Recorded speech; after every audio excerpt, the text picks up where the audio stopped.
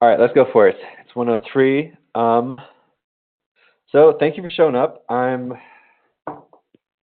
pretty excited about this. It's kind of been a long time in the works to get this thing up and going. So basically, what I want to do with this is every month have a meeting like this where we can just all meet up, talk about what's going on in digital marketing, fill in. I'll fill you guys in on what I've found. If you guys have something that you found that you think we should all know about, let us know. Feel free to jump in. I want this to be kind of like an open discussion. I don't want to sit here and talk for 45 minutes. I will if you let me, but I'd rather I'd rather not. So a couple things. I was going to just do some recaps as to what I saw this month in digital marketing. And then some of us, including Mr. Matt Radcliffe and Warren, were at the NCMPR conference down in San Antonio this past weekend, and we got some good nuggets of information, and wanted to share it with you guys, pass it along. And then after that, I figured we could just do like an open Q&A about any marketing questions you got, anything you're having trouble with, just shout it out, and I will hopefully try to answer your question, or maybe someone else knows the answer. I don't know everything, so help me out if you can. Yeah, so, okay, just going on through here, I got a little list. As far as like big marketing news that I came across this month, I think the only real thing that jumped out to me was that big Google updates on March 12th, which was the day before the bomb cyclone. Every year they do kind of like a couple broad updates to their algorithm. Last year's it was pretty impactful on certain niches like medical, health, finance. Those areas really got hit with some penalties from Google. I checked everybody's website so far from the last one that happened in March. I didn't see a dip in anyone's traffic, which is good. I don't see why we would have been hit with anything anyway. We're higher ed.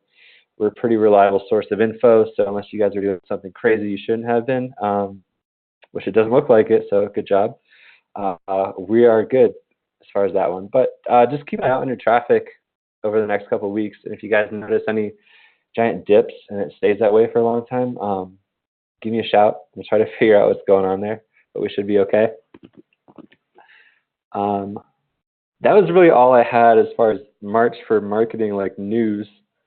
Did you guys come across anything noteworthy that you want to share with the group?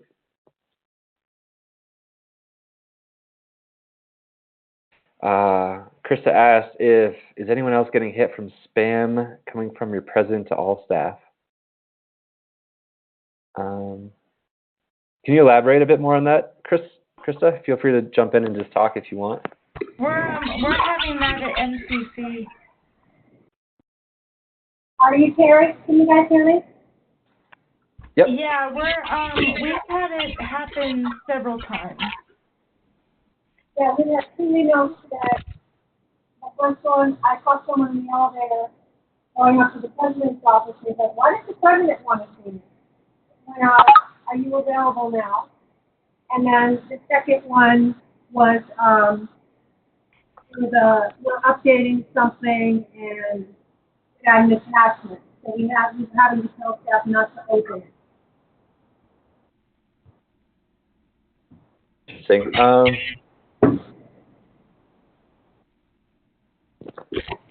So it says it's coming from the president, or it's going to the president? Sorry. Hang on, I'll put my headset on so you can hear me better. Okay, can you hear me better? Yeah, that's a lot better. Is it too loud? I don't want to be too loud. No, perfect. So we've had 2 emails that have come today to various staff that look like they come from our president, Everett Freeman, that say, "Hey, are you available now?" That was the first one. And the second one was saying that we were updating our policies and there was attachment to it. And it's the same thing. We actually have since removed Yeah, it says Community College of Denver reevaluated an up-to-date responsible use of technology resources for all employees. And then this big long letter from what looks like it comes from the president, and it's not. They have these funky email addresses, and they're spam. And we've had this happen before. We've actually removed our org chart from our website. It just is very generic now, so it doesn't have names. So it will just say, you know, president, vice president, directors, and so on. And it's really bad. We've actually, I think a number of the other schools a year or two ago got hit with one for money. And these people are just relentless. So just to make everybody aware, it sounds like Terry's getting this at her school too. Yep. These people are out there, so just be careful. Now, see, what we think caused ours, and there's no way to know for sure, is that, you know, we have our staff directory out there, and of course he's in it on our website, and we're thinking, you know, that might be a source of where they're getting it too. Yeah, that makes sense.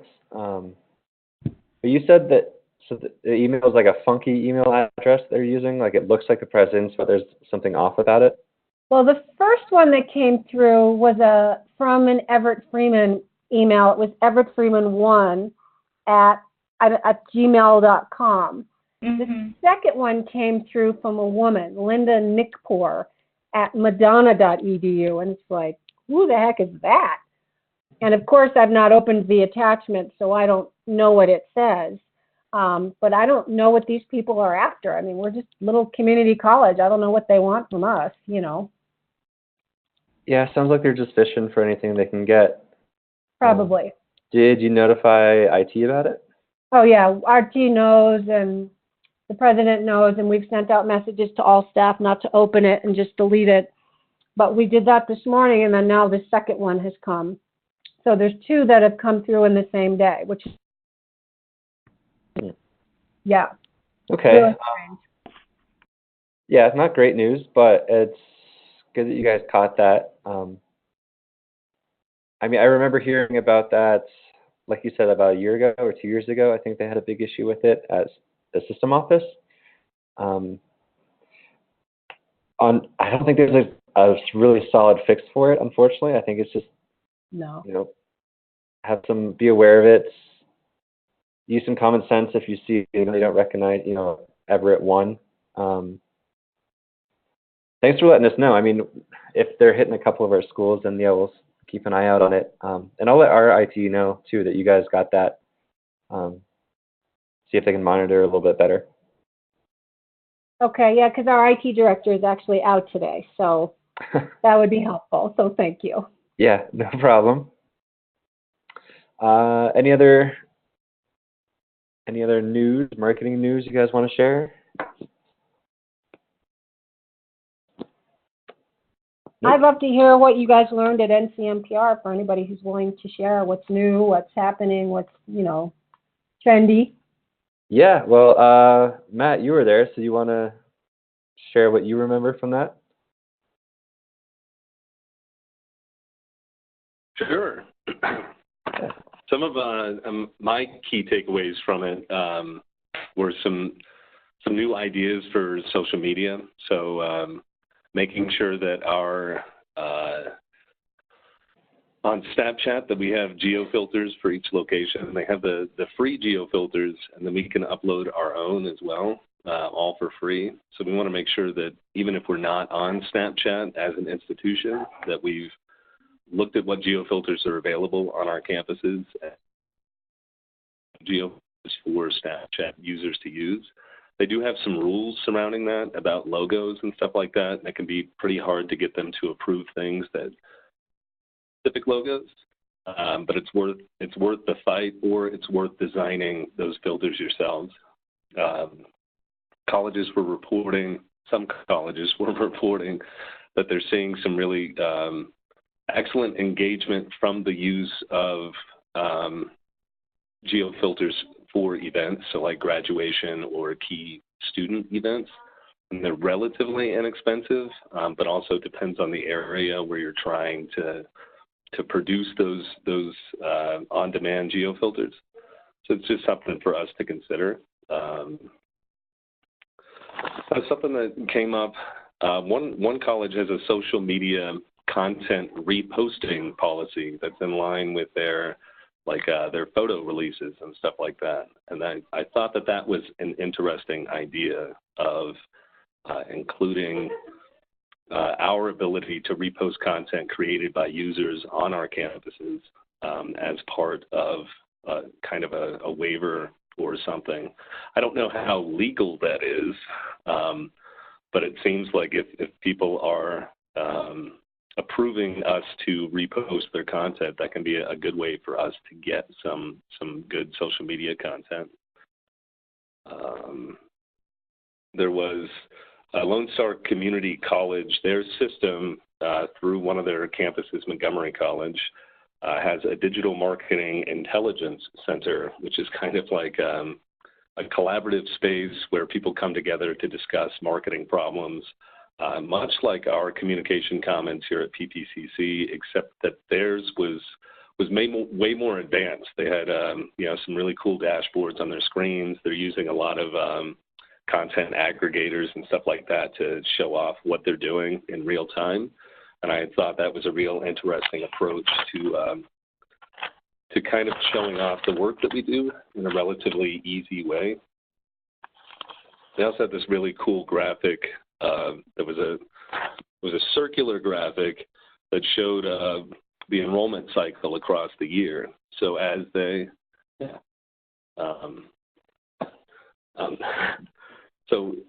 across the year, because we do similar marketing marketing plans. That was Karen.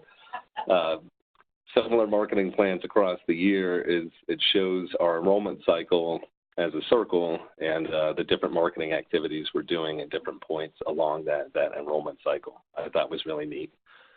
And then some more kind of advanced things that people are doing are geofencing. I mean, we talked about the on-demand filters for Snapchat, but geofencing also lets you do targeted digital advertising through Google, Bing, and other sources.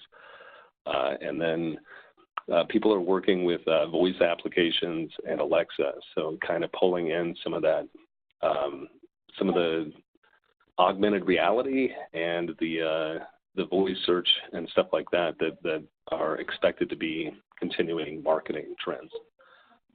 And those were some of the key things that I took away. Of course, I could always talk about this stuff for hours, but I won't. Right on. Thanks, Matt. That command center, they called it marketing command center, that Lone Star had was pretty impressive. They had 6 40-inch flat screens with all the data displays for all the campaigns they're running through, whether it's like Facebook or Google Ads, and then the Google Analytics up there with live metric tracking. Yeah, it was awesome, actually. A little jealous about it. There were some other things I came away with was I was asking everybody I could about Ellucian and how we do our tracking.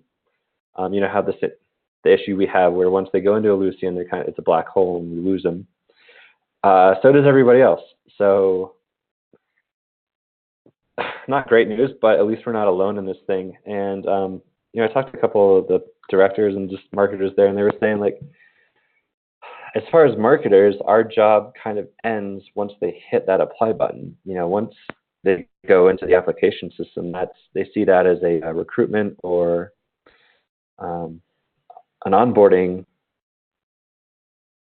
area. It's their, that goes into their hands now. Our job is pretty much done. We got the students, or the potential students, to that point. We got them to click on that button and start that process. What happens after that, and especially since we are using Ellucian and there is no way to track it, our job's pretty much done. It doesn't, which kind of sucks because we still want to know, okay, how successful were we? Like, did those leads that we drove in there, were they qualified? Were they, did they go all the way?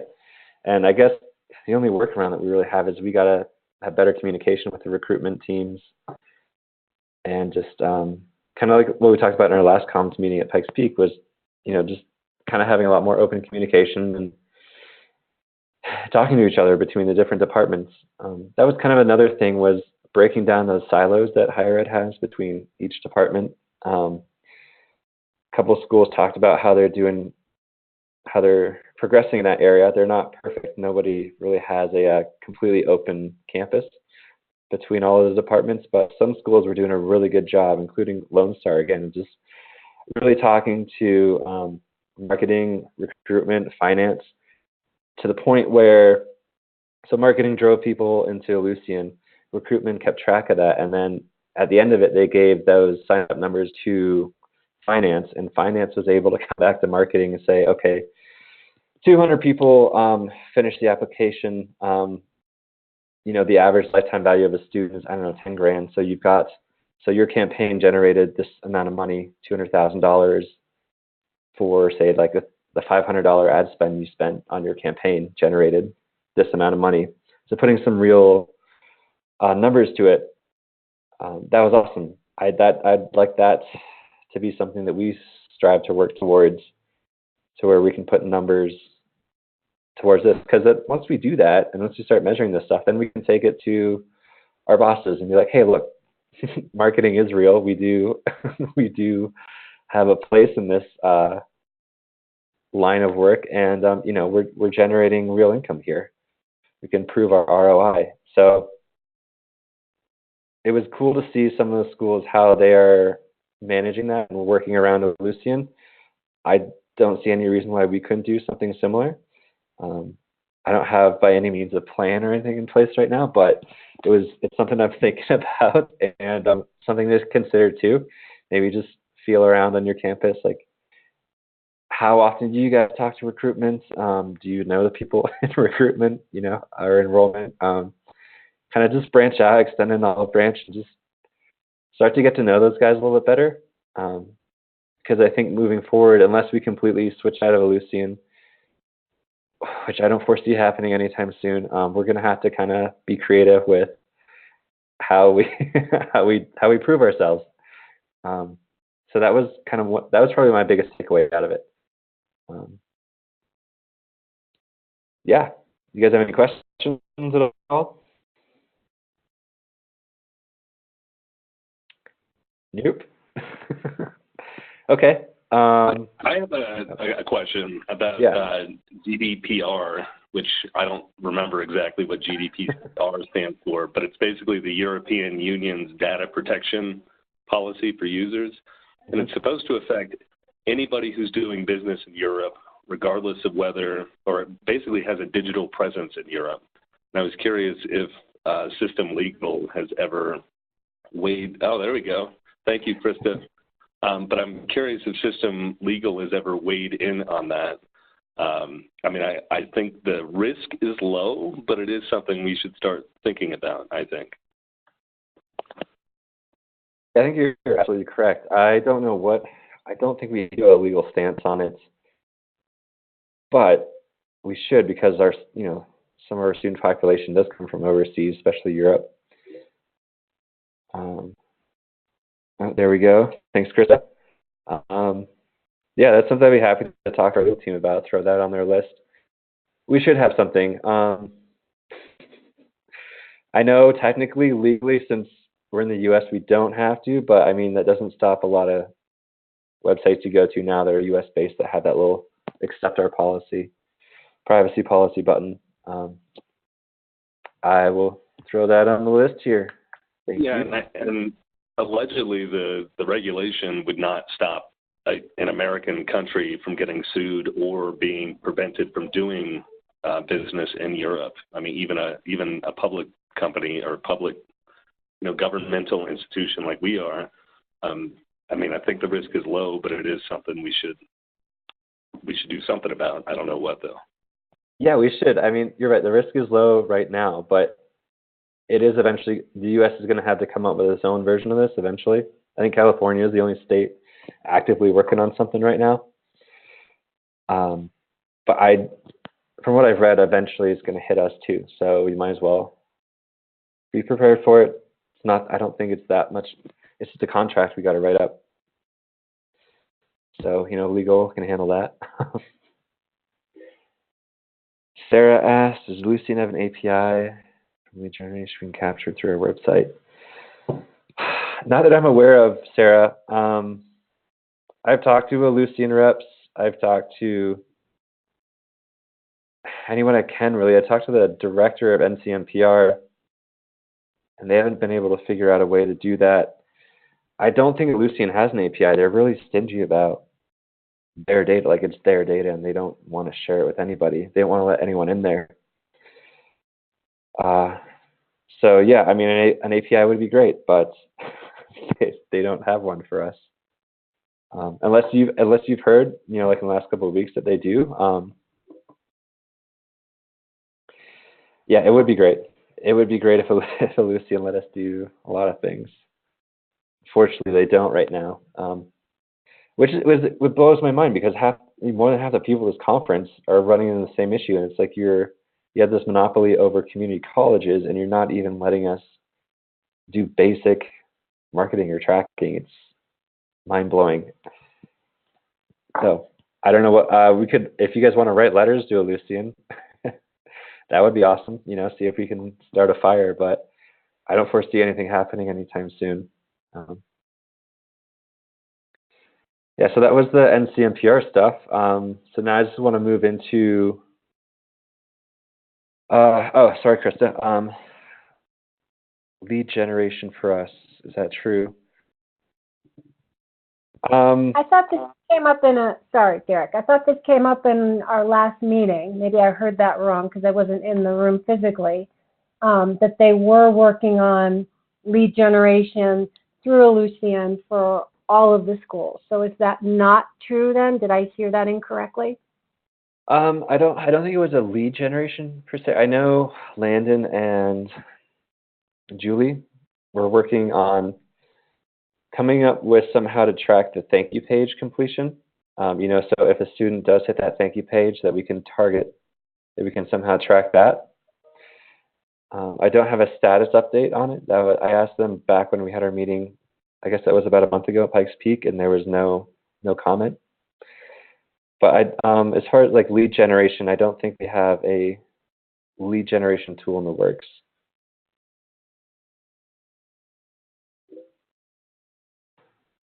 Yeah, no problem. So I guess I'm gonna open up for like the next 10 minutes here. Questions like that. Are we working on lead generation? Is there anything specific to your schools that you guys are having issues with, or something you want advice on, or anything like that? It's kind of an open floor discussion right now.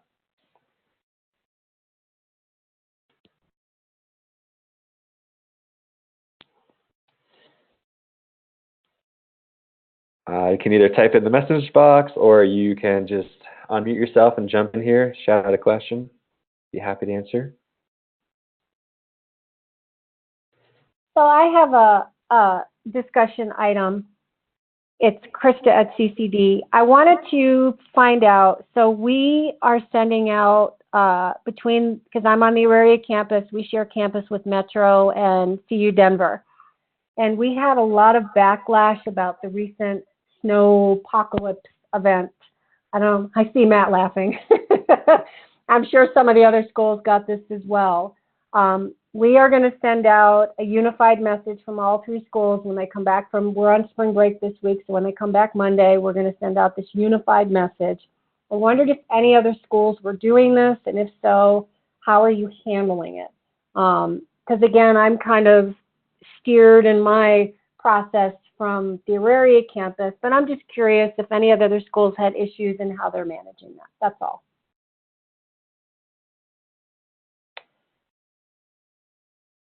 What was some of the backlash you were getting? Sorry.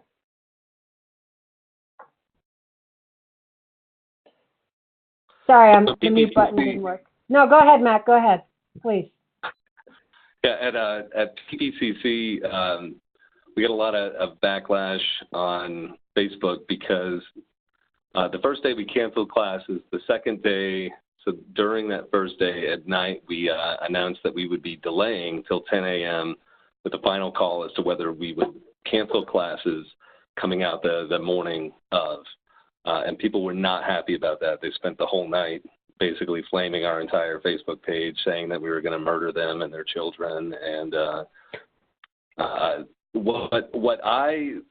my personal stance is, and of course, Dr. Bolton wanted us to delete the post and prevent comments on post in the future. So we're still working out what the official policy is going to be. But my personal stance for it is for public information posts, we put the information out there, and then wherever that is, it creates kind of a lightning rod for people. People are going to be upset no matter what we do. Because a few weeks ago, we did close school, and people were mad and accused us of not wanting to pay our maintenance workers to run snowplows on Saturday. So it's like, if we close, people are mad. If we're open, people are mad. Either way, what those public information posts allow people is a place to concentrate their comments and concentrate their hatred and anger towards what's happening. And then after the event is over, what we do is hide the post from our timeline. So basically, we use Facebook, at least right now, as a conduit for people to express themselves and how they feel about whatever the public information is. And then and we monitor that for specific concerns that are legitimate. I mean, people are just going to be mad no matter what, I think. Like you said, no-win situation at all. And that's just kind of how we treat it, is we just know going into it, it's not going to be a win. However, if there is something that we've done wrong in the sense of not messaging it properly, I can't think of what, because it's ultimately our choice as to what and why we stay open, and we have a unified message for that coming from the college. But if we've made a mistake, we're all about communicating about that mistake, correcting the mistake, and letting people know for the future kind of how our decision-making criteria works and what we plan to do for the future. I don't know if that helps.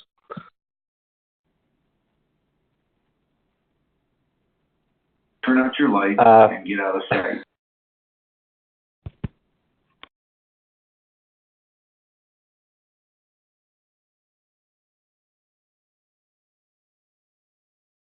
Yes, Matt, that does help. Thank you. And I thought I heard somebody else chime in, so I'd love to hear if anybody else has thoughts too. Thanks for that, Matt.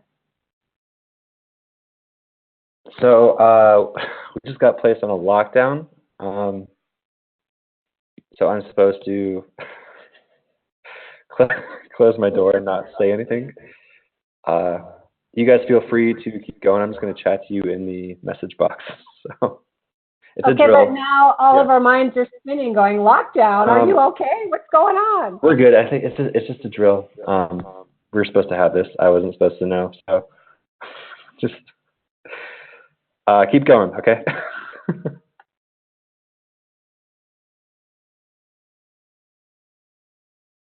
Okay, anybody else on snow closures? Hey, can you hear me? Yes. Hi, great. Hi, with that conversation that you were just having regarding Facebook, with the new rules that are coming out, or I guess it's not a rule, it's an executive order from the president regarding safety or free speech. We were wondering if anybody has heard anything about removing people from Facebook who are either disrespectful or saying things that we don't really agree with. We feel that that's completely our prerogative to do that. Just wondered if anybody else is talking about this this week. Oh, you mean like removing comments? Like if someone, to Matt's point, makes a derogatory comment about the snow closure, removing the comment, or the person, or both? Removing the comment, and then if it escalates, removing the person, because apparently that's really where the lawsuits are coming out, is that the one example that they were using was a senator who somebody posted something that he didn't like, so he just removed the person, and they said that was a violation of their free speech.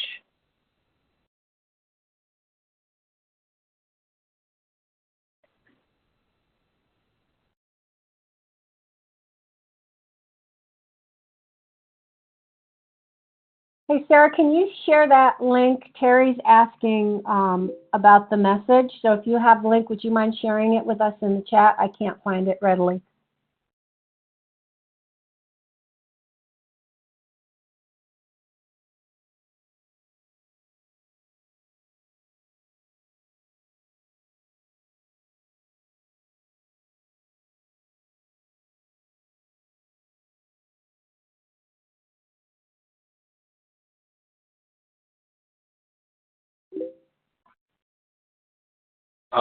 Derek Miller, I believe it's a violation of saying something.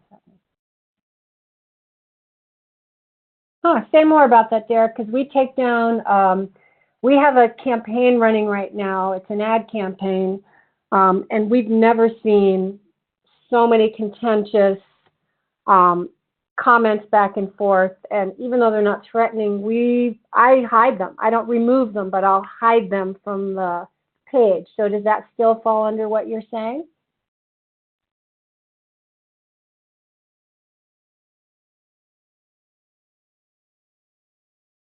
All right, that's good to know. So you can hide but not delete. Okay.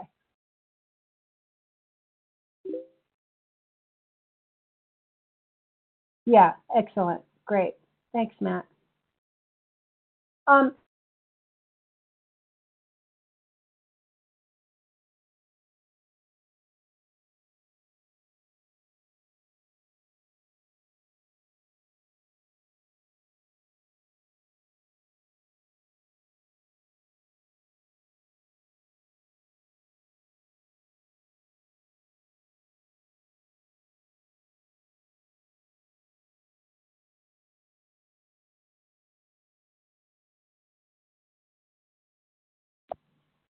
Sorry, I was talking. I had myself muted.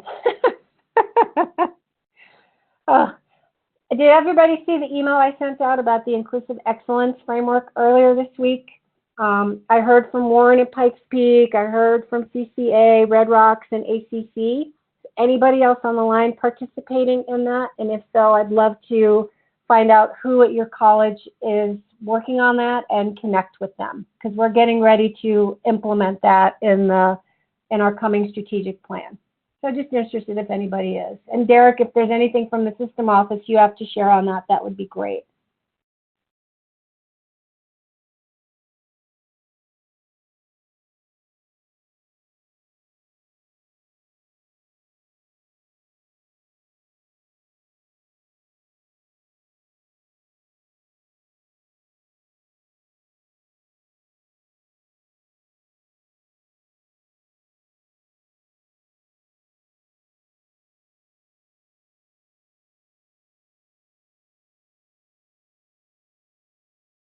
On the subject of snow closures, I'm curious who else is using AppArmor and what your experience with AppArmor has been, if you're the ones that send out the messages.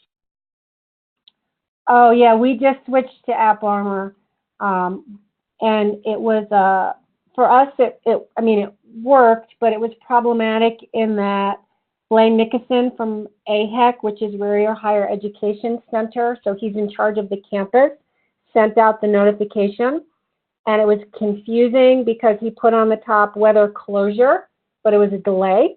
So that was the first part. The second part was 2 messages came in succession.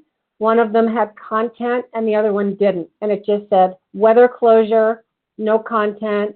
Then the second one came through and it had the information. And then the third problem was, and it was an error on our part between us and AHEC. We have the Lowry campus and we have the Auraria campus. The Auraria campus opened at 10, Lowry opened at 11. And the original message said, Advanced Manufacturing Center, Auraria campus, and Lowry all opening at 10. And then a second message goes out saying Lowry campus opening at 11. So it was a bit of a cluster, which is why we're sending out the message in part that we're sending. But, overall, I didn't have too much to do with the sending or crafting of the message.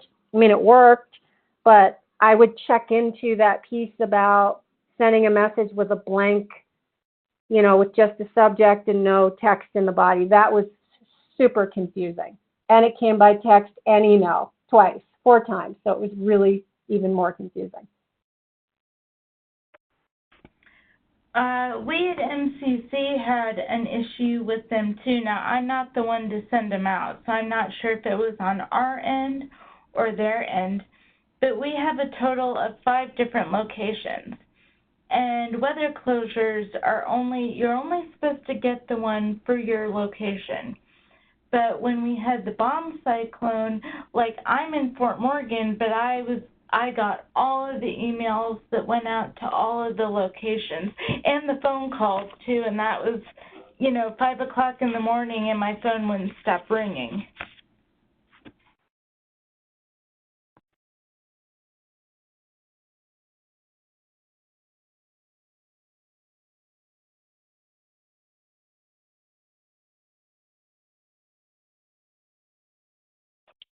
Yeah, the PPCC, we, our office, the Marketing Communication Office, is the one who does send out the AppArmor notification.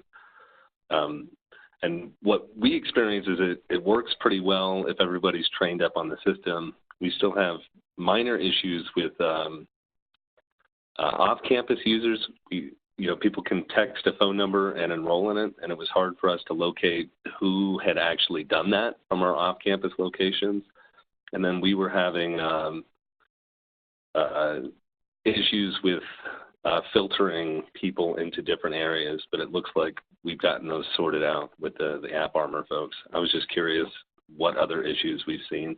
And I wonder if, Krista, if your team or the team that sent out messages, I wonder if that blank message went because somebody accidentally sent a blank message or whether AppArmor sent that message. It's just weird. I don't know. That's a great point. I can ask Kevin Seiler, who's in charge of that for us, he's our facilities director, if that was the case, because I'm really not sure. And Matt, I saw your email or your message about the survey. What survey are you talking about? The one, I thought Derek sent out one asking us to do a thing, but that was a while ago, and I don't remember whether that's true or not. Yes, I just took it like 2 days ago because I got behind in my email. It was about what information we want to capture and Derek, message if this is wrong because it looks like you're in the dark still under lockdown over there. It was about what information do we want to collect for social media, like page likes, impressions, and all of that. And then it was only 2 questions, and then the second part was about websites. Yeah, okay, you got it. So, yeah. It was just like last week with all the follow-up from the last meeting. It was included in that message. Matt, to answer your question, too, about the AppArmor, part of it was because the message was so long that it got broken into 2. And so the second message that came through, when you actually clicked on the link, it took you to something that said, this includes UC Denver, and that's it. And then the first part of the message, you had to know that really clicking on the first link in the first message is where it had the most of the message. So I would just say, if you're going to do it, test it out to make sure that you're under a certain character limit, so that way that doesn't happen. And it was very confusing. I got it and I was like, wait, what? And I didn't, I clicked on the second one that came in because it was the latest one on my feed, rather than seeing the first one. And so that's why I think it was so confusing. I think overall, though, I really liked how AppArmor's, when you got the message, it really was just a straight link. And I liked how when you clicked on that link, you got to the actual message, rather than trying to fit all of that in one, text message or email, whatever it might be. And it had a nice layout to it. It just was, they made a mistake by making it so long in terms of what they were trying to convey.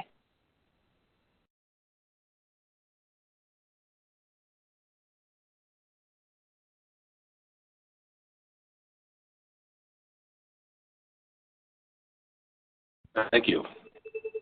My last question, moving away from AppArmor, is related to and we've only got 3 minutes left. This is a Derek question. I don't know if you have a good answer for it or know anything about it. But the transfer that we're all doing to the CCCS domain, for emails and stuff like that. Do we have any idea on timeline for that, or how that'll affect any of the stuff we're doing, if it'll have any effects at all?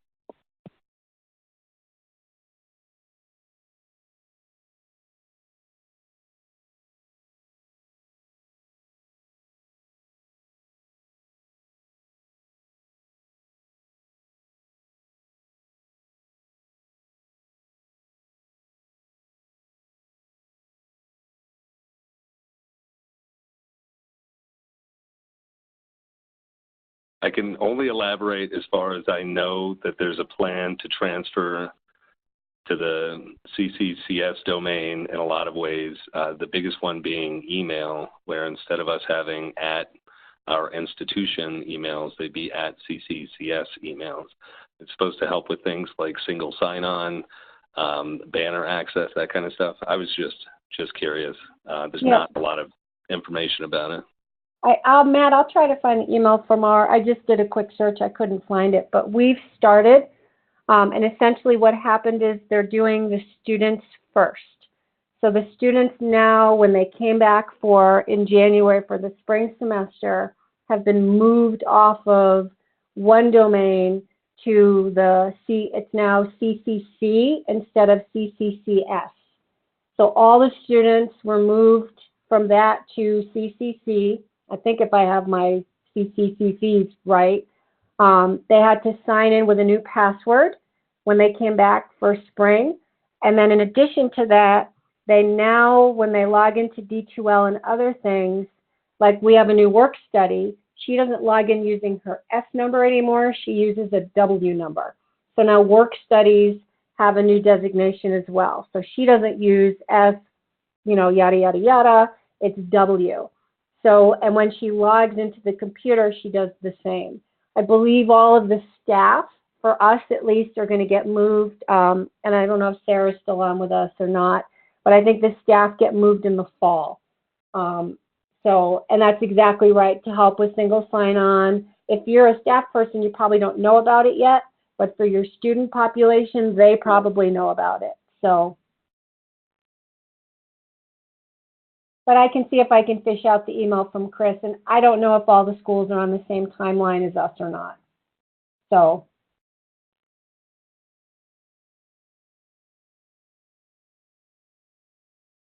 It's not a big deal, but I don't think it has a lot of bearing on us. I'm curious because that's what I do, turn over rocks. I'm with you. I turn them over and then I might fling them around. It gets me into all kinds.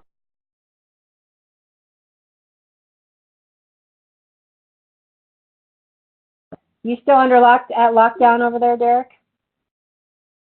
You must be not talking. We are. Well, are you at least safe? Is it a drill? You're still in your office. So.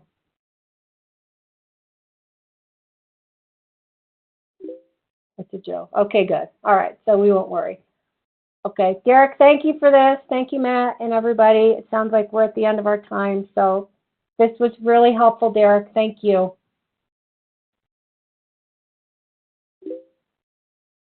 Have a great weekend, everybody.